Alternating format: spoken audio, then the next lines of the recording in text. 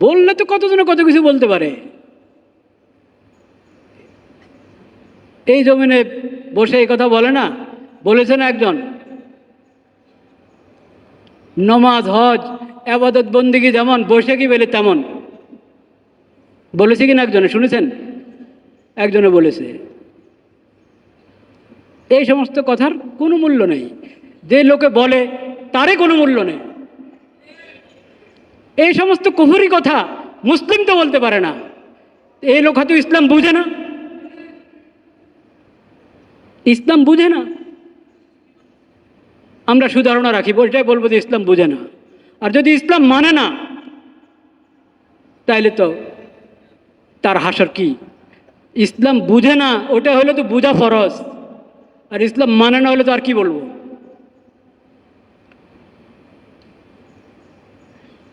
ইসলাম মানো না, তাহলে মুসলিম উম্মতকে কি উপদেশ দিবা তুমি?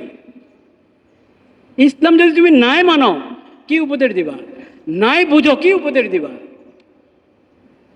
তোমার কাজ হলো ইসলামকে বুঝা, ইসলামকে মানা। এর আগ পর্যন্ত চুপ থাকো, খামোশ থাকো। অন্যের থেকে উপদেশ গ্রহণ করো, উপদেশ দিতে যাবে না।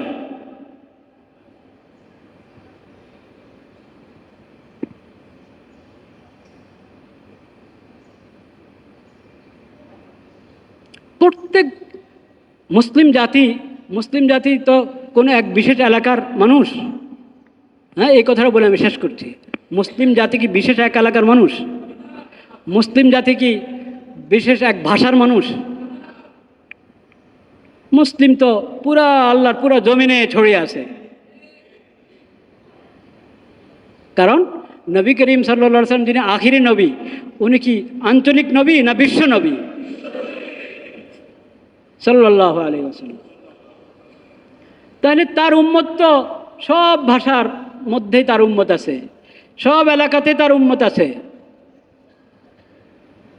সব বংশের মানুষের মধ্যে তার উম্মত আছে কিয়ামত পর্যন্ত।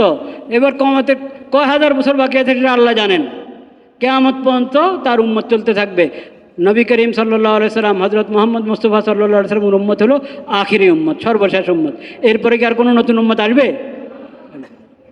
তার উম্মত ছেড়ে পুরানো কোনো উম্মতের দিকে যদি কেউ চলে যায়, বা নতুন বানানো কোনো উম্মত যদি উম্মতের মধ্যে কেউ ঢুকে, তার ঠিকানা কি জান্নাত না জাহান্নাম? তার ঠিকানা জাহান্নাম।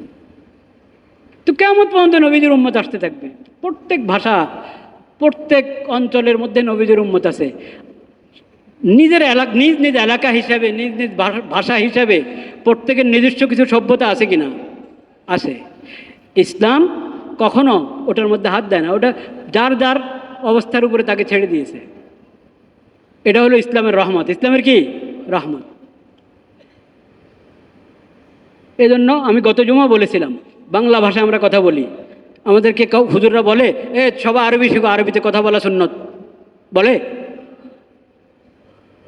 আমরা ভাত খাই, ভাতে মাছে কি বাঙালি বলে যে না তোমরা রুটি খাও, জবের রুটি খাও, বলে না। ভাত খাচ্ছি, মাছ খাচ্ছি। তো এটা কি আরবের লোকদের ভাত মাছ? তারাও খায় অবশ্য, হ্যাঁ, কিন্তু ভাত মাছে পরিচিত কারা? আমরা।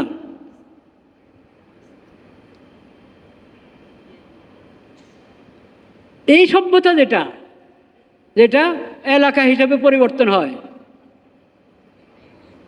গোত্র হিসাবে কি হয় পরিবর্তন হয়, অঞ্চল হিসাবে পরিবর্তন হয়, ওটা ইসলাম যার যার যে যত মুবাহ মানে আল্লাহ তাআলা ছাড় দিয়েছেন বৈধ, এটা বৈধ, তুমি এই তরিকা অবলম্বন করো। তোমার চারপাশে তোমার সমাজে যে খাবার দাবারের ব্যাপারে, পোশাকের ব্যাপারে যেটা প্রচলিত সেটা তুমি গ্রহণ করো, কোনো সমস্যা নেই। কিন্তু মৌলিক বিধান আল্লাহ তাআলা দিয়ে দিয়েছেন। পোশাক এটা ছতর ঢাকার জন্য। তো এমন পোশাক যদি অবলম্বন করে তাহলে ছতর ঢাকে না, তাহলে এটা পোশাক হলো? হ্যাঁ, হাঁটুর উপরে অর্ধেক। দেখেন কিনা বিমানে উঠলে দেখেন, অন্য কত জায়গাও দেখা যায়। নজর হেফাজত করা জরুরি, নজর যাতে হেফাজত করবেন দৃষ্টিতে পড়ে যায়, দৃষ্ট এরকম না যায় দৃশ্য। এত পাতলা, ভিতরে কি সব দেখা যাচ্ছে, এটা পোশাক হলো? তো পোশাকের ব্যাপারে শরীয়ত ছাড় দিয়েছে, সাদা হোক অন্য রঙের হোক। এবার জামা আপনি লম্বা করবেন না একটু খাটো করবেন, কত ছাড়। আপনি পুলিশটার নাকি ট্যাট্টনের মধ্যে কোন ট্যাট্টন নেবেন, ছাড়।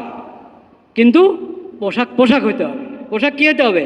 পোশাক হইতে হবে, সতর ঢাকার জন্য এবং শোভা পায় তোমাকে সেই জন্য, এই জন্য এই পোশাক নাও। কিন্তু এখন তোমরা বাঙালি হয়ে আরবের জুব্বা সবার হইতে হবে, এটা কোনো কথা নেই, আছে কোনো কথা নেই। কানিফারা হক আর এই হুজুরের মধ্যে গোল হক, কোনো সমস্যা নেই।